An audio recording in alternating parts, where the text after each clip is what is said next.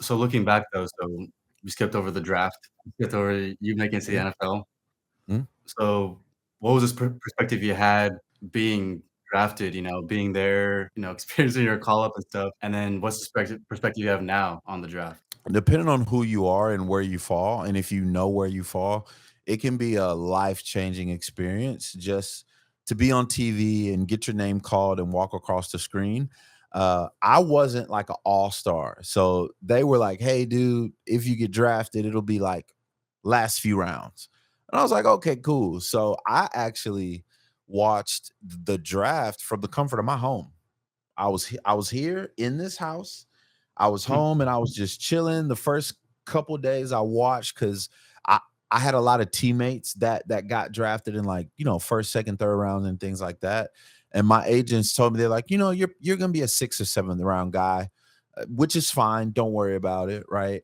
Um, but it was still a really amazing experience leading up to the draft because I performed really, really well on my pro day. I ran 4.3 in the 40. I weighed like maybe 200 pounds or like 195 or something like that. So I ran 4.3. My vertical was like 41. My broad jump was yeah, yeah. 11.5. I did extremely well. So for me, the best part was after that when I started getting calls from all these NFL coaches. The Bears called me, the Saints called me, the Panthers called me, the Cardinals called me, Yeah. and getting all these Hey, the calls and Panthers. yeah, dude, it was awesome No, that's to cool to have all those options. oh man, it was awesome to at a point, you have this childhood dream and now it starts to become real. Like you're like, man, this is really happening. Like, you Yeah. get a call and it's a number you don't know, and you say hello, and it's like, "Oh, this is such and such from the North Carolina Panthers, man. I just want to talk to you." And it's like, "What?" You know? So that was fun. But during the draft itself, man, I think it's awesome. I was drafted in the seventh round by the Chiefs. More than grateful to have an opportunity to go up there with those guys and be a part of that team for a while. I was there, which wasn't very long. But it was awesome. I loved it. And to be honest, on the day I got drafted, I didn't even watch the draft because I was on like pins and needles. I was like, dude, watching this is gonna make me pee on myself. Like, I don't want to watch it. I'll just wait for a phone call. You know what I mean? And I did Yeah. end up getting a phone call, so it was pretty cool. But now, I love to watch the draft just because I know the significance of it to the young men, not even from a literal standpoint, but from like a metaphorical standpoint, right? Like you have now caught this thing that you've been chasing your entire life. You know what I mean? And this is the moment that we recognize that, right? And Exactly. I think a lot of us do. I think a lot of maybe women, but it seems like a lot of men, when we get our goals, when we accomplish a goal, we don't really have that moment and like sit in it and enjoy it and bask in it. For us, it's like, all right, next thing. All Sure, right, next next thing, yeah. thing. Right. All right.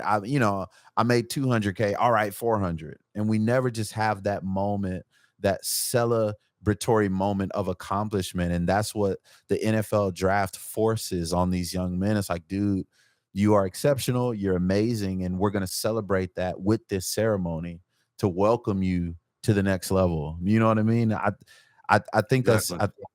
I, I think it's really special. No, yeah, because honor is really or taking time to honor your sacrifices, all the little moments that built up to what this is now.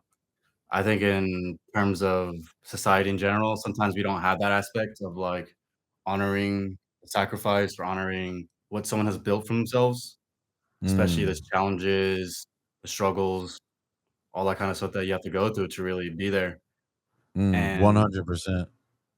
like, you could also say, like, football too is just like a microcosm of a macrocosm, like, you got people playing defense on you, trying to tackle you, you Yeah. got people trying to or you got routes you gotta go, you gotta Yeah, run dude. them, so you gotta score the touchdown, you gotta score touchdowns all day.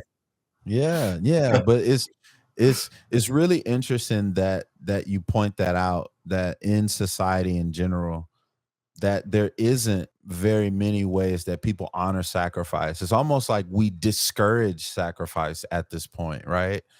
And I Yeah. think that's why a lot of people do have a hard time. You know what I mean? So it's very interesting that like you pointed that out. I think that's a really good point. No, exactly. And so, like, what were some of the sacrifices that you made on your journey from from high school to college to now? That's up to you. Man, so from high school to college, uh I sacrificed basically the life of a regular college kid, right? Partying minimum to none. Don't drink, don't smoke, anything like that. Staying up late was out of the question. Spring breaks, non-existent. Vacations, non-existent. Sleeping in, non-existent, right? I basically sacrificed what I would say what most kids get excited about when they go when they go to college. You know Oh, what I yeah, mean? no. I and it's not right, and it's not that I didn't party, but compared to a regular college kid, I partied maybe 10% of what the regular college kid would. Um, I had to sacrifice all of my weekends, right? We had curfews, right? During especially like if we had a game on Saturday, dude, on Friday, they put us up and even on home games, they would put us up in hotels with people, like, walking up and down the halls, you know? I Yeah, yeah. sacrificed my weekends, I sacrificed, like, being able to make friends, right? The only guys I was around for 4.5 years were a bunch of sweaty guys in a locker room, you know? Um, like, one of the things I really wanted to do was study abroad. Couldn't do that because I was an athlete, you know what I mean? Yeah. Um so I sacrificed a lot from high school to college was the biggest sacrifice. I think from college to the NFL, it was definitely still some sacrifices, but because I wanted it so bad, I almost didn't see it as a sacrifice. You sacrifice holidays. Like for Thanksgiving, dude, I was never at home. I always had a game on Thanksgiving. So that means I sacrificed a lot of family time. And my family took vacations every year. They took like two vacations, like one around Thanksgiving, and they would do one for like the 4th of July. 4th of July, we had summer strength and conditioning that we had to be at. I couldn't go, you know? So Yeah, I exactly. mean, you essentially sacrifice your life for this thing that might or might not happen, you know? Um, Now, when you get to the NFL, it's a little bit different because you do have a little bit more freedom, but, you know, I had to sacrifice being close to my now fiance because she didn't want to live in Kansas City. You know what I mean? No, exactly. So I had to sacrifice being close to my friends and my family and my loved ones. And again, spending time with them, birthdays, weddings, funerals, celebrations, dude. I had to sacrifice all of that, man.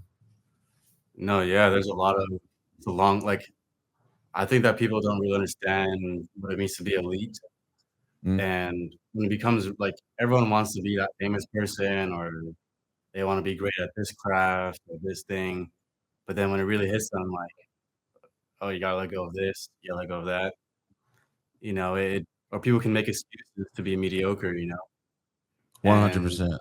to be able to understand where you're at, understand your current skill set, Mm. and then take the correct decisions moving forward, I think is ultimately what makes you great. And obviously, Oh, from hearing you and how you described your journey too, that's exactly what it seems like you implemented in your life. yeah. So, can you go more into the topic of being elite? What is what is it that you see in people that are elite, the way of thinking, the Mm. way of moving, that is uncommon from what the average person, is used to? That's a great question. That's another really, really good question. So the first thing, there's a quote I really like, and it's very short and sweet. It takes what it takes, right? Exactly. It whatever you want, it takes Yeah. what it takes. Now, going back to what you were saying, people say they want these things, but a lot of times when they see what it takes to get those things, they don't want to do those things, right? When I Exactly. think of elite, I think of a guy like we'll go back. I think of a guy like Kobe Bryant. Um, and I got very familiar with his way of navigating through being a professional basketball player in college. And that's when, the Tim Grover, one of the guys, his mental performance coach, wrote a book, and the book came out, right? Yeah, Tim um Gregory.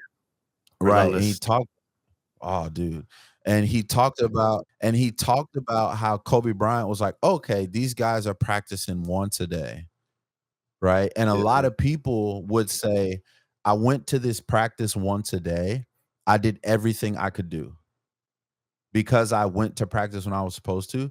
Kobe saw one practice a day as the minimum. He practiced like 4 times a day for like 12 years. In the off season, he practiced he practiced like 3 to 4 times a day for like 12 years, right? So I Overtime. oh my god, I think elite is simply being able to put in the amount of attention, the amount of effort, and the amount of detail that people just won't. And it's a lot of it, a lot of people physically can't handle that level of effort, that level of production, that level of consistency. By definition, you're one of one, you're exceptional, right? So you are one of exception. You are standing away from everybody else, right? Exactly. And I think it's right. I think it's the relentless pursuit of a little bit of progress, right? You Mhm. think about a guy like Usain Bolt, dude. He trained his life for a 9.5 second race. You know what I mean? He practiced for Yeah, 2 hours, 3 hours a day for 30, 20 years to run 9.5 seconds one time. You know what I mean? exactly, it's perspective. Yeah, dude. So I think it's understanding that equation and knowing that it exists. Because I don't think a lot of people know it exists. You ask people if they work hard, everybody says that they work hard, right? Um, Exactly. I ran track with a guy named Curtis Mitchell.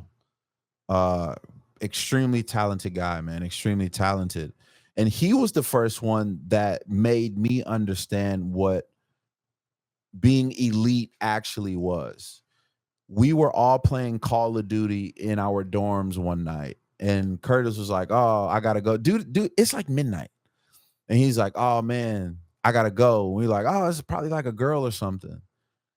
And he leaves, and we follow him without him knowing that we were following. And he put on his track clothes, went to the track, jumped the fence, and practiced all by himself at midnight. We had practiced that day. He practiced again at midnight, right? Yeah, And I was like, huh, there's another level. There's another level of effort that's there. And I think elite is doing your best to empty that tank, right? Like you're yeah, exactly. emptying your tank however you can, whenever you can, as much as you can. No, yeah, you gotta dig deep, and, like, sometimes when we think we're done, we're not actually done, and it's crazy to Right. really think 'cause, like, I mean, it's easy to be comfortable and be like, "You know what? I accomplished all this, everything's Mhm, great," but then, mhm. like, life happens, maybe or you gotta prepare, or you wanna get ahead, these are things, like, digging deep, it's gonna get you in the right spot, and you won't ever be, caught lacking, Yeah, Uh, 100%. Yeah. you know? So, one of the things, though, I think I see in men today is that there is a lack of focus, though. Mm, Sometimes it is hard to really get yourself together and then actually take the steps that you need to get to where you need to go. So mm. so why do you think that men struggle with just that internal discipline? Like, why do they struggle to focus on the things that they need to focus on? Right. I think, well, the first thing is, I think people have the wrong perspective on what discipline means, right? I think a lot of people think discipline means being able to make the right choice in the moment, right? Like, oh, I'm supposed to eat Yeah, I don't know, chicken and rice, and there's a piece of pizza in front of me, and if I say no to the pizza, I'm disciplined, right? Uh, yeah, I I believe that you have to have something to be disciplined to. I think how do I articulate that? I think discipline is a system that removes the need for you to make choices. Discipline is me knowing that if I have Oreos in my house, I'll eat them. So there's no Oreos in the house. That's discipline, right? yeah, Um, so one, I think men are trying to be disciplined in the wrong way by trying to make decisions in the moment. And I don't care how disciplined you are, if you do that too many times, eventually you're going to make a choice that you're not excited about later, right? yeah, And then the second thing is I think men have trouble being focused because they don't have a framework. I think everything has a predictable and repeatable process that can be within a framework, right? What I mean by that is tying your shoes. There's probably 100 ways to tie your shoes, but you don't tie your shoes a different way every time you tie them. You tie them the same way, right? yeah, If I'm driving to work, you don't drive a different way to work every time you drive there. You drive the same way. So there is a predictable and repeatable process for whatever it is you want. If you're finding yourself having trouble getting there or accomplishing something, you probably don't have a framework and you're probably winging it every day. And if you don't have that system to be disciplined to, you probably won't do very. It's just like saying, "Hey man, I'm gonna lose weight." And they say, "Okay, how?" I don't know. I'm gonna just wing it every day. I don't know. Versus saying, "All right, dude, like your nutrition, you should eat this amount of calories every day, this amount of protein." That's a framework and a repeatable system that you can build. You can set your meals up, pick the foods, and say, "Okay, at this time I'm eating this," and you have a predictable, repeatable process for your nutrition. But I think a lot of men lack that framework for what they want, whether it be in marriage, whether it be in their career, whether it be from health, because they're not following a system. They're lost. They don't have anything yeah, pushing consistency. You see what I'm saying? They don't know what to be yeah, they don't have anything to be consistent to. exactly. Well, like, one aspect too is motivation as Mhm, well as, like, inspiration, and other things, mhm, but I think also just getting at what you're saying too is, like, some people are motivated in the moment, and then they just let themselves, like, go to the next one, you know? And then they don't have that foundation to of identity, kinda like how you talk about with your like, helping out men, mhm. and getting them to get to the next level, you know? They need that identity framework, and I think do you wanna go into how